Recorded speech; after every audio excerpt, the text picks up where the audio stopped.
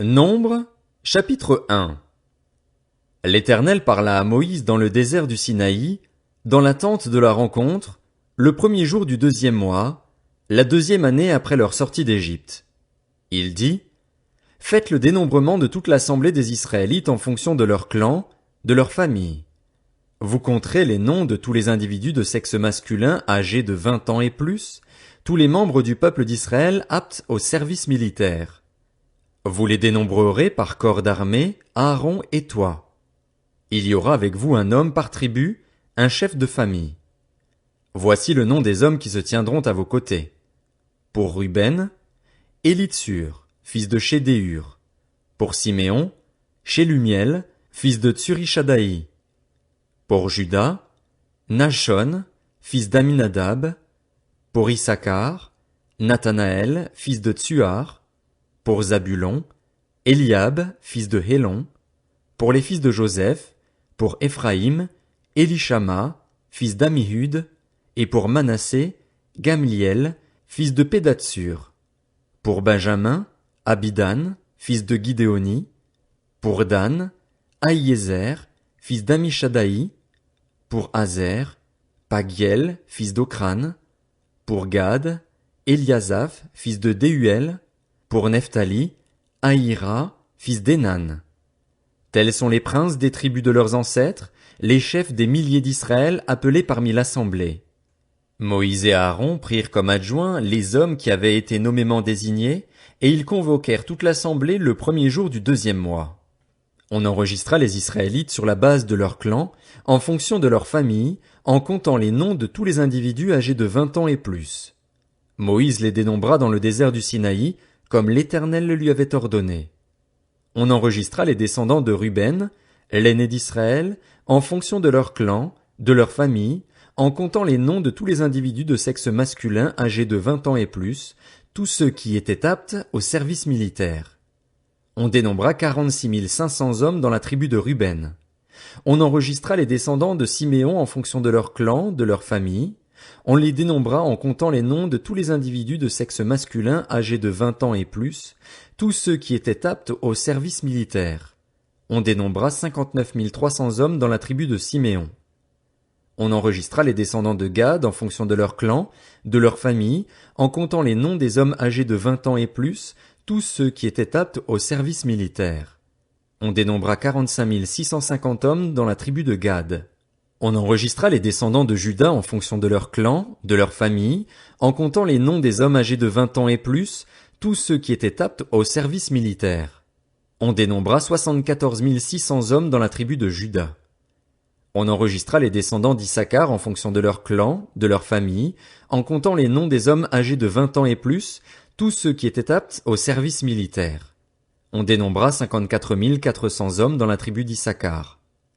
On enregistra les descendants de Zabulon en fonction de leur clan, de leur famille, en comptant les noms des hommes âgés de 20 ans et plus, tous ceux qui étaient aptes au service militaire. On dénombra 57 400 hommes dans la tribu de Zabulon. Pour les fils de Joseph, on enregistra les descendants d'Éphraïm en fonction de leur clan, de leur famille, en comptant les noms des hommes âgés de 20 ans et plus, tous ceux qui étaient aptes au service militaire. On dénombra 40 500 hommes dans la tribu d'Éphraïm. On enregistra les descendants de Manassé en fonction de leur clan, de leur famille, en comptant les noms des hommes âgés de 20 ans et plus, tous ceux qui étaient aptes au service militaire. On dénombra 32 200 hommes dans la tribu de Manassé. On enregistra les descendants de Benjamin en fonction de leur clan, de leur famille, en comptant les noms des hommes âgés de 20 ans et plus, tous ceux qui étaient aptes au service militaire. On dénombra 35 400 hommes dans la tribu de Benjamin. On enregistra les descendants de Dan en fonction de leur clan, de leur famille, en comptant les noms des hommes âgés de 20 ans et plus, tous ceux qui étaient aptes au service militaire. On dénombra 62 700 hommes dans la tribu de Dan. On enregistra les descendants d'Azer en fonction de leur clan, de leur famille, en comptant les noms des hommes âgés de 20 ans et plus, tous ceux qui étaient aptes au service militaire. On dénombra 41 500 hommes dans la tribu d'Azer. On enregistra les descendants de Nephtali en fonction de leur clan, de leur famille, en comptant les noms des hommes âgés de 20 ans et plus, tous ceux qui étaient aptes au service militaire. On dénombra 53 400 hommes dans la tribu de Nephtali. Tels sont ceux dont le dénombrement fut fait par Moïse et Aaron, ainsi que par les 12 princes d'Israël. Il y avait un homme pour chacune des familles. On dénombra en fonction de leur famille tous les Israélites âgés de 20 ans et plus, tous les hommes d'Israël qui étaient aptes au service militaire. On dénombra au total 603 550 hommes. Les Lévites, selon la tribu de leurs ancêtres, ne furent pas inclus dans ce dénombrement. L'Éternel avait transmis ses instructions à Moïse. Tu ne feras pas le dénombrement de la tribu de Lévi et tu ne compteras pas ses membres au milieu des Israélites. Confie aux Lévites la responsabilité du tabernacle du témoignage, de tous ses ustensiles et de tout ce qui lui appartient.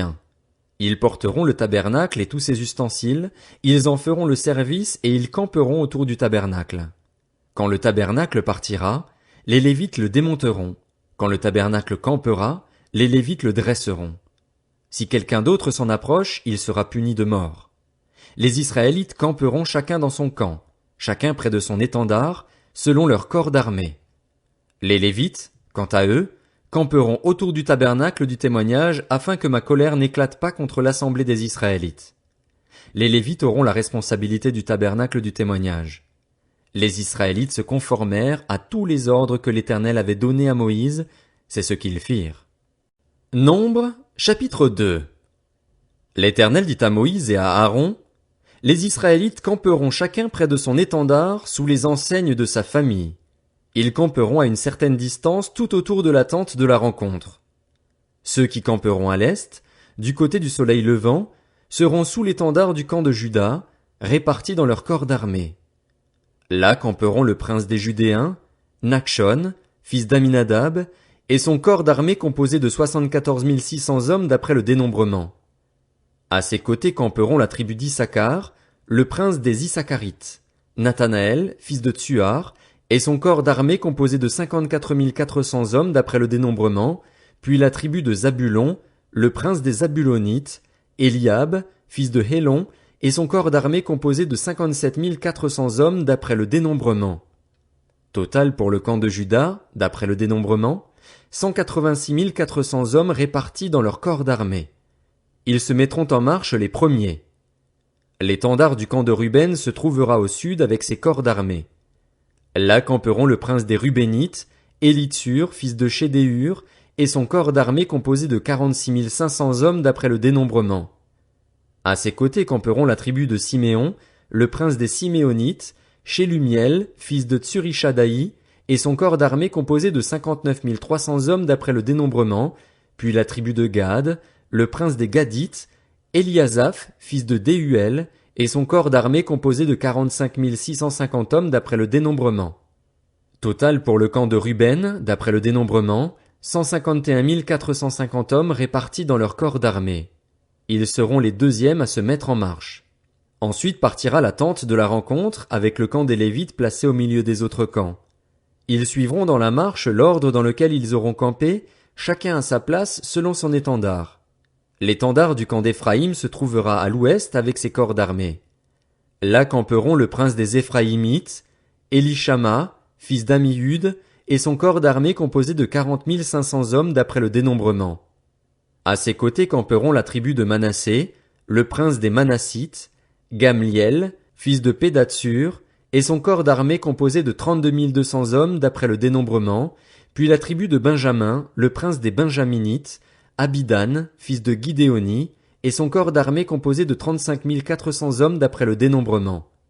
Total pour le camp d'Éphraïm, d'après le dénombrement, 108 100 hommes répartis dans leur corps d'armée.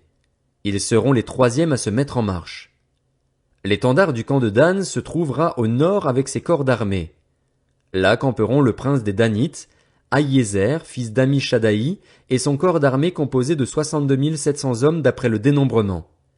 À ses côtés camperont la tribu d'Azer, le prince des Azérites, Pagiel, fils d'Ocran, et son corps d'armée composé de 41 500 hommes d'après le dénombrement, puis la tribu de Nephtali, le prince des Nephtalites, Ahira, fils d'Énan, et son corps d'armée composé de 53 400 hommes d'après le dénombrement. Total pour le camp de Dan, d'après le dénombrement, 157 600 hommes. Ils seront les derniers à se mettre en marche selon leur étendard.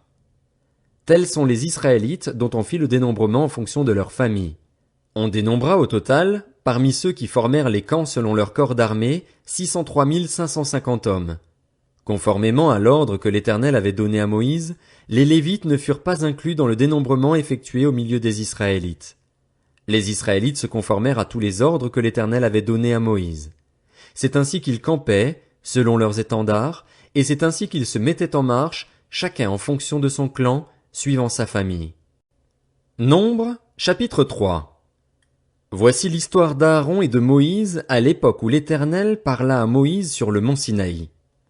Voici le nom des fils d'Aaron: Nadab, l'aîné, Abihu, Éléazar et Ithamar. Tel est le nom des fils d'Aaron. Ils furent désignés par onction comme prêtres et établis dans leur fonction en tant que prêtres. Nadab et Abihu moururent devant l'Éternel lorsqu'ils apportèrent du feu étranger devant lui dans le désert du Sinaï. Ils n'avaient pas de fils. Éléazar et Ithamar officièrent comme prêtres aux côtés de leur père Aaron. L'Éternel dit à Moïse: Fais approcher la tribu de Lévi et mets-la à la disposition du prêtre Aaron pour qu'elle soit à son service. Ils assumeront sa tâche et celle de toute l'assemblée devant la tente de la rencontre en effectuant le service du tabernacle. Ils auront la responsabilité de tous les ustensiles de la tente de la rencontre et assumeront la tâche des Israélites en effectuant le service du tabernacle. Tu donneras les Lévites à Aaron et à ses fils, ils lui seront donnés comme des dons de la part des Israélites. Mais c'est Aaron et ses fils que tu établiras responsables de leur fonction de prêtre. Si quelqu'un d'autre y prend part, il sera puni de mort.